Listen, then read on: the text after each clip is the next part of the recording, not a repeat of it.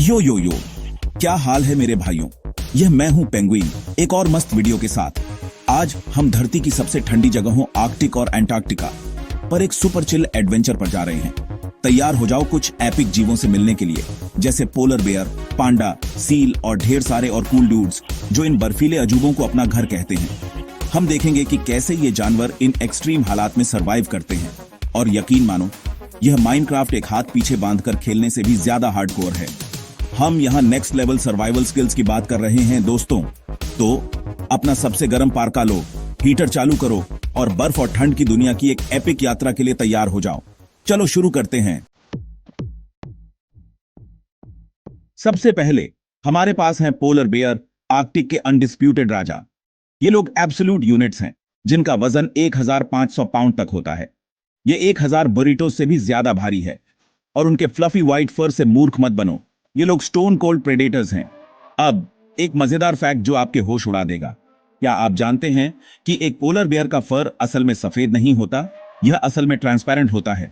हाँ, आपने सही सुना, हर बाल हॉलो होता है और लाइट रिफ्लेक्ट करता है, जिससे वे सफेद दिखते हैं। यह किसी मैजिकल कैमोफ्लाज जैसा है, लेकिन ज्यादा कूलर। और सुनो, उस सारे फर के नीचे उनकी स्किन असल में काली होती है। हाँ, काली। इससे उन्हें सूरज से ज्यादा गर्मी अब्सॉर्ब करने में मदद मिलती है, जो बहुत जरूरी है जब आप ऐसी जगह रहते हैं जहां मेरी एक्स के दिल से भी ज्यादा ठंड होती है। ओहो, क्या आपने वो देखा? शक्तिशाली पोलर बेयर भी कभी कभी थोड़ा फिसल सकता है, लेकिन चिंता मत करो, वे पानी में मुझसे ज्यादा घर जैसा महसूस करते हैं जितना मैं जमीन पर। ये लोग इनक्रेडिबल स्विमर्स हैं और बहुत देर तक अपनी सांस रोक सकते हैं।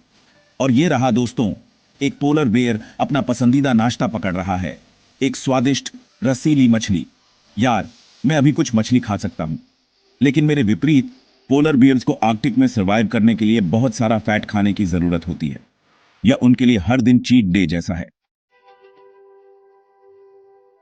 आगे हम चीन के ठंडे पहाड़ों में प्यारे बैम्बू प्रेमी पांडा से मिलने जा रहे हैं। ये लोग अल्टीमेट फूडीज जैसे हैं, जो दिन में 14 घंटे तक सिर्फ बैम्बू खाते रहते हैं। ये उससे भी ज्यादा समय है जितना मैं वीडियो गेम्स खेलता हूं। हे भगवान, यह बहुत मजेदार था। पांडा जमीन पर थोड़े क्लमजी हो सकते हैं, लेकिन वे आश्चर्यजनक रूप से अच्छे क्लाइंबर्स हैं। वे अपने शार्प क्लॉज का इस्तेमाल बैम्बू को पकड़ने के लिए और अपने पावरफुल लिम्स का इस्तेमाल खुद को ऊपर खींचने के लिए करते हैं। यह एक फ्लफी, काले और सफेद एक्रोबैट को देखने जैसा है। अब आप सोच रहे होंगे कि पांडा सिर्फ बैम्बू खाकर कैसे सरवाइव कर सकते हैं। मेरा मतलब है, यह बिल्कुल न्यूट्रिशियस खाना नहीं है। खैर, यह पता चला है कि पांडा के पास एक स्पेशल डाइजेस्टिव सिस्टम होता है जो उन्हें उस सारे टफ बैम्बू फाइबर को ब्रेक डाउन करने में मदद करता है। वे अल्टीमेट बैम्बू प्रोसेसिंग मशीन्स जैसे हैं। और उन पॉज को देखो, पांडा के हाथों में एक एक्स्ट्रा थंब होता है जो असल में एक मॉडिफाइड रिस्ट बोन होता है। यह उन्हें बैम्बू स्टॉक्स को पकड़ने और पत्तियों को इनक्रेडिबल प्रिसिजन से अलग करने में मदद करता है। यह बिल्ट इन चॉपस्टिक्स जैसा है। अध्याय 3, सील शो के फिसलन वाले सितारे। बर्फीली दुनिया के एक्रोबैट्स एक और केवल सील से मिलने के लिए तैयार हो जाओ। ये लोग अल्टीमेट वाटर बेबीज जैसे हैं, जो अपना ज्यादातर जीवन ठंडे पानी में तैरते और गोता लगाते हुए बिताते हैं। और मैं आपको बता दूं, वे इसे आसान बनाते हैं। उस ग्रेस को देखो, सील पानी में जीवन के लिए पूरी तरह से अडेप्टेड हैं। उनके स्ट्रीमलाइंड बॉडीज, पावरफुल फ्लिपर्स और ब्लबर की मोटी परतें उन्हें गर्म रखती हैं। वे जानवरों के साम्राज्य के टॉर्पीडोज जैसे हैं, लेकिन जमीन पर यह एक अलग कहानी है। जब वे पानी से बाहर होते हैं तो सील थोड़े ज्यादा क्लमजी होते हैं। उन्हें वॉडल करना पड़ता है और इधर उधर विगल करना पड़ता है, जो देखने में बहुत मजेदार हो सकता है। ऐसा लगता है जैसे वे अपने पैरों का इस्तेमाल करना भूल जाते हैं। लेकिन सील को भी कभी कभी ठंड से ब्रेक की जरूरत होती है। जब वे तैरते या शिकार नहीं कर रहे होते हैं तो आप अक्सर उन्हें बर्फ पर धूप सेंकते हुए पा सकते हैं। यह उनके लिए बीच पर एक दिन बिताने जैसा है। अध्याय 4, मछलियां। पोलर बेयर के नाश्ते से ज्यादा। अपनी सांस रोको और मेरे साथ गोता लगाओ, क्योंकि हम बर्फ के नीचे की छिपी हुई दुनिया का पता लगाते हैं।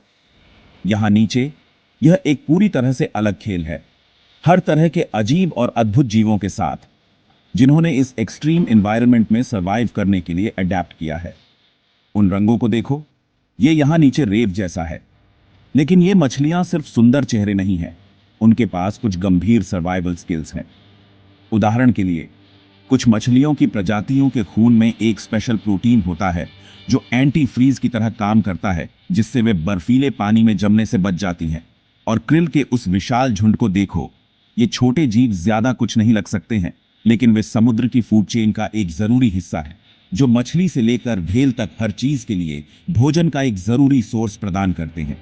यह यहाँ नीचे एक विशाल all you can eat buffet जैसा है।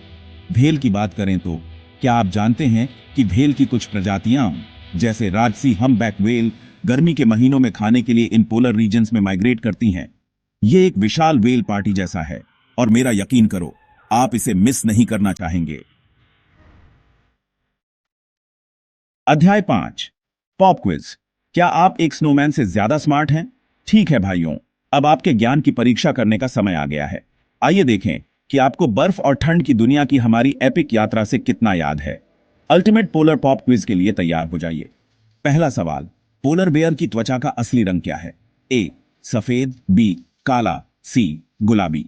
अगर आपने बी काला जवाब दिया है तो आप बिल्कुल सही हैं। अपनी पीठ थपथपाओ। पोलर बेयर की त्वचा काली होती है ताकि उन्हें सूरज से ज्यादा गर्मी अब्सॉर्ब करने में मदद मिल सके। यह उनके अपने पर्सनल सोलर पैनल जैसा है। दूसरा सवाल, पांडा का पसंदीदा खाना क्या है?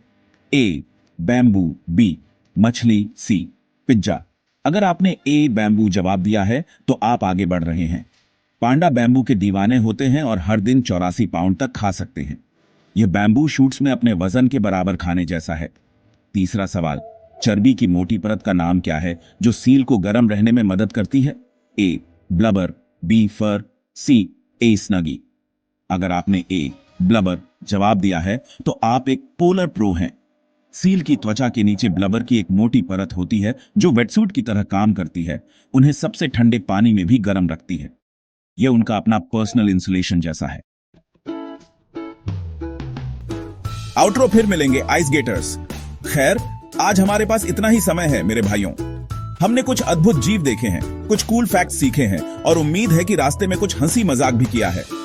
याद रखें, भले ही ये जानवर धरती पर कुछ सबसे कठोर परिस्थितियों में रहते हैं, फिर भी वे वहां मौजूद हैं, फल फूल रहे हैं और एब्सोल्यूट बैडएसेस की तरह सरवाइव कर रहे हैं।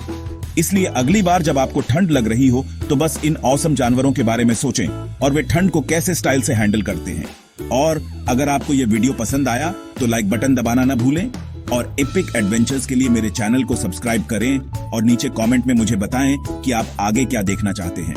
अगली बार तक फ्रॉस्टी रहें मेरे दोस्तों। अलविदा।